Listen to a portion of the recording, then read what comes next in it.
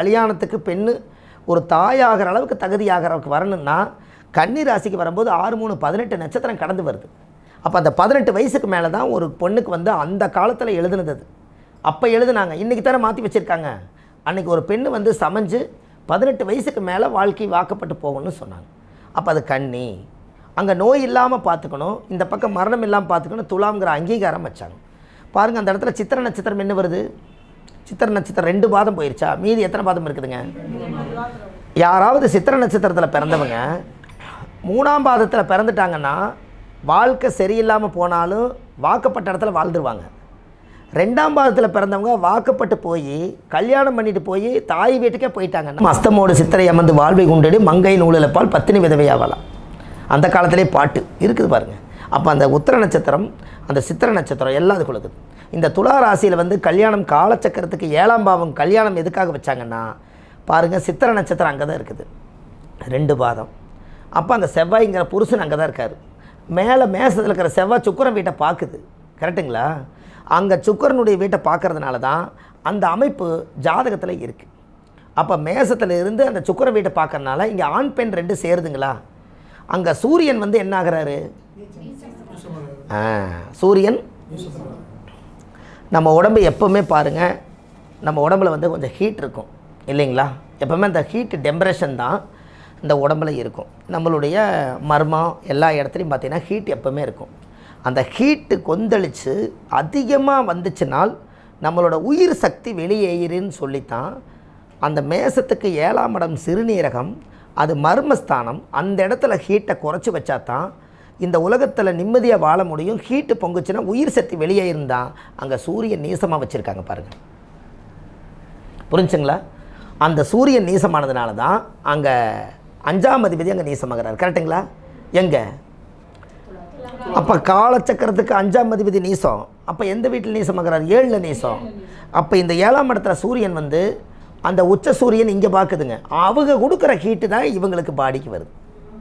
இங்கிருந்து அங்கே போகலிங்க, என்ன துலாத்திலேருந்து போகலை, மேசத்தில் பரம உச்ச 10 டிகிரியில் அங்கிருந்து வரக்கூடிய ஒளி மட்டும்தான் டெம்பரேச்சர் கரெக்டாக கொடுத்தனால 180 டிகிரி 108 கரெக்டாக டெம்பரேச்சர் கரெக்டாக கொடுத்தனால உடம்பு பாடி கரெக்டாக இருக்குது. அதிகமாக ஹீட்டாக இருந்தால் காய்ச்சலுங்கிறோம், ரொம்ப லோவாக இருந்தால் குளிருங்கிறோம். அப்போ இதை கரெக்டாக எங்கே டெம்பரேச்சர் பண்ணி நம்மளோட உடம்பை எப்படி பாதுகாப்பு பண்ணி வச்சுக்கிறது பற்றி வைக்கிறோம்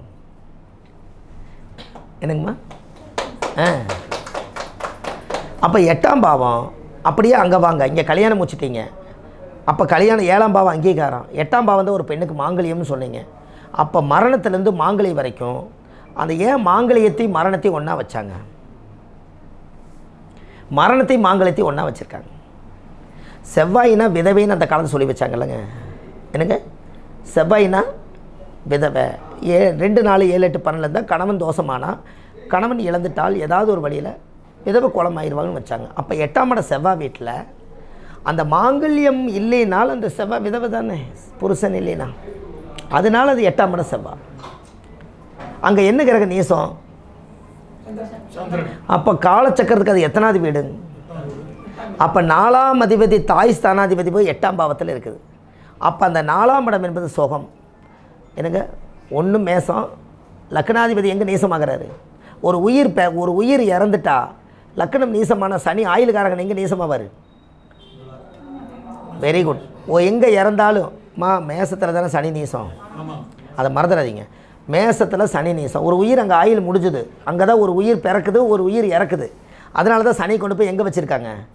அங்கே வச்சுருக்காங்க. அந்த சனியோட அந்த பாடியை சனியோட இறந்துட்டால், ஒரு உயிர் இறந்துட்டா எல்லோரும் எங்கே எடுத்துகிட்டு வருவாங்க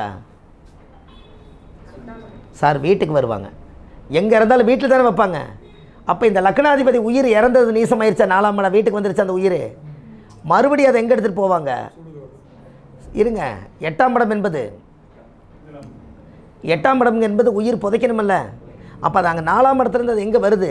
விருச்சியத்துக்கு வருது. அந்த உடம்பை புதைக்கணும்னா அந்த காலத்தில் சுடுகாடு 2வது. அந்த உடம்பை புதைக்கணும்னா விருச்சிகத்தில் செவ்வாய்ங்கிற ஒரு ஆயுதம் கடப்பார அந்த பூமியை தோண்டி அந்த சந்திரனுங்கிற உடம்பு நீசமானதை கொண்டு அதுக்குள்ளே மூடி அது 8ஆம் இடம் மர்மம்னு வச்சாங்க. அதனால் அந்த இடத்துல 8ஆம் இடம் நீசம். எப்படி? கரெக்டுங்களாம்மா? அதுக்கப்புறம் 10ஆம் இடம் தான் கர்மம் பண்ணுற இடம்னு சொன்னாங்க. அதனால தான் 10ஆம் இடம் தான் கர்மஸ்தானம். அந்த 10ஆம் இடம் கர்மஸ்தானங்கிறது தான் அங்கே உத்திராட நட்சத்திரம் அங்கே பிறக்குது. அங்கே உத்திராடம் மீதி 3 பாதம் அங்கே இருக்கிறதுனால தான் அந்த ஆத்மாவை எரிக்கிறதுக்கு ஒரு அனுமதி கொடுத்துருக்காங்க. அங்கே என்ன கிரக நீசம்? அந்த குரு நீசமானதுனால அந்த உயிர் சக்தியை அங்கே தான் நீசமாகிறார். அதனால தான் காலச்சக்கரத்துக்கு 10. அப்போ நீங்கள் தாய்க்கு தலைமகன் தகப்பனுக்கு இளைய மகன்னு சொல்லி கொல்லி வைக்கிறாங்களே, அந்த லாஜிக் என்னென்னா, தாய்க்கு தலைமகன் அப்படின்னா தாய் எத்தனை மடங்க? 4க்கு 10 எடுங்க பார்க்கலாம். கடகத்துக்கு 10. அப்போ நான் தாய்க்கு தலைமகன்னா 10ஆம் இடம் தலைமகன்னா 10ஆம் இடம் மேச வீடு. தலைமகன் மூத்த மகன் என்ன கிரகம்? Very good. என்ன கிரகம் உச்சமாகுது? அதனால் தலைமகன் அங்கே உச்சம். அதனால் தாய்க்கு தலைமகன் அங்கே சனி நீசம். அதனால் அம்மாவுக்கு கொல்லி வைக்கிறதுக்கு தாய்க்கு தலைமகன் மேசம். அதே தகப்பனுக்கு இளைய மகன்னா காலச்சக்கரத்துக்கு 9ஆம் இடம் யார்? தனுசு. தனுசுக்கு 10ஆம் இடம் எடுங்க. புதனோட வீடு. புதனை இலசு. அதனால் தகப்பனுக்கு 10 இலசு. அதனால் தகப்பனுக்கு இளைய மகன். வாழ்க்கையில் பெண்கள் ஜோதிடம் பார்க்குறது ரொம்ப ரேருங்க. ஏன்னா நம்ம ஜோதிடம் ஆண்களெல்லாம் நிறைய ஜோதிடம் பார்க்குறோம். சில தடுமாறி எப்படியும் அவங்களுக்கு ஒரு நிறைவு கொடுக்குறோம். அதுக்கே நம்ம எத்தனையோ கூச்சங்கள் இருக்குது. ஆனால் இன்றைக்கி பெண்கள் அதுலேருந்து வெளியில் ஒரு விஷயத்தை கற்றுக்கிட்டு போய் இந்த ஜோதிட உலகத்துக்குள்ளே நானும் ஜாதகம் பார்த்து உன் தலையெழுத்தை மாற்ற போகிறேன்னு சொல்லி சக்திகளெல்லாம் ஒன்றா சேர்ந்து வெளியில் வர்றாங்க. அது நம்மளுக்கு கிடைச்ச பிரசாதம் அல்லவா? அதில் நீங்கள் எப்போ கொண்டு வேணாலும் அந்த வீடியோ போட்டுக்கலாம். அந்த வீடியோவில் இப்போ 100, 150, 200 ஜோசியர் இருக்காங்க. அத்தனை பேர்த்துடைய வீடியோ அம்மா வீடியோ முதல்ல இருக்குது. அதுதான் அவங்க சொல்கிறாங்க. இப்போ நிறைய கால்ஸ் வருதுங்க அப்படிங்கிறாங்க. அந்த கால்ஸ் வருதுன்னு அவங்க சொன்னால் தான் தெரியும். ஏன்னா அது சேனலை உருவாக்கிட்டோம். அப்போ எல்லோரும் பேசுனா அதில் சேனலை போட்டு விட்டால் அதை நகர்த்திக்கிட்டே வர வர யாரோ ஒருத்தருக்கு நல்லா பேசுகிறாங்கன்னு பிடிக்கும். அதை பார்த்த உடனேயுமே அவங்களுக்கு ஒரு அந்த நம்பர் அங்கே கீழே இருக்கும். அந்த நம்பருக்கு அம்மா எனக்கு ஒரு அப்பாயின்மெண்ட் வேணும்னு கேட்பாங்க.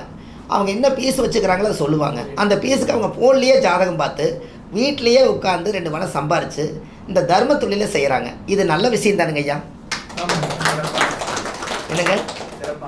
அப்போ நம்ம இன்றைக்கி இவங்க பேசுகிறத நான் கேட்குறேன்னா, இந்த 43 வருஷத்துக்குள்ளே எனக்கு தெரிஞ்ச அளவுக்கு இந்த ஜோதிட உலகத்துக்குள்ளே போய் மக்களுக்கு இவ்வளவு தூரம் நம்ம செஞ்சதில் முதல்ல அந்த பத்மாவதி அம்மா அவங்க அவங்களோட அந்த உண்மையான அந்த ஃபீலோட அவங்க சொன்னாங்க பார்த்தீங்களா, இதுதான் நம்ம கற்றுக்கிட்ட வித்தை. அவங்கள நம்ம ஒரு நல்லதாக கொண்டு வந்திருக்கோம். அவங்க ஃபேமிலி அவங்க எல்லாமே எனக்கு ரொம்ப பிடிக்கும். ஒரு தாயா ஒரு தந்தையா நம்ம அவங்க குடும்பத்துக்குள்ளே ஏதோ அடுத்த பிறவியில் நம்ம இருக்கணும்.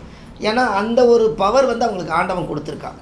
நம்ம ஒரு வள்ளுவர் இனத்தில் பிறந்து ஒரு ஜோதிட கலைப்பில் கற்று அப்போது இந்த மாதிரி அவங்களுக்கு சில தெரியாமல் இருக்கிறவங்க நிறைய பேர்த்துகளுக்கு இந்த ஜோதிட கலையை இப்போ தான் நான் 2வது முறை கிளாஸுங்களா அது ஐங்கிரி ஜோதிடத்தில் முடிச்சுட்டு இப்போ இந்த பரிகாரம் ஒரு 50 பரிகாரம் மக்களுக்கு கொடுக்குற இன்றைக்கி வந்திருக்கேன்.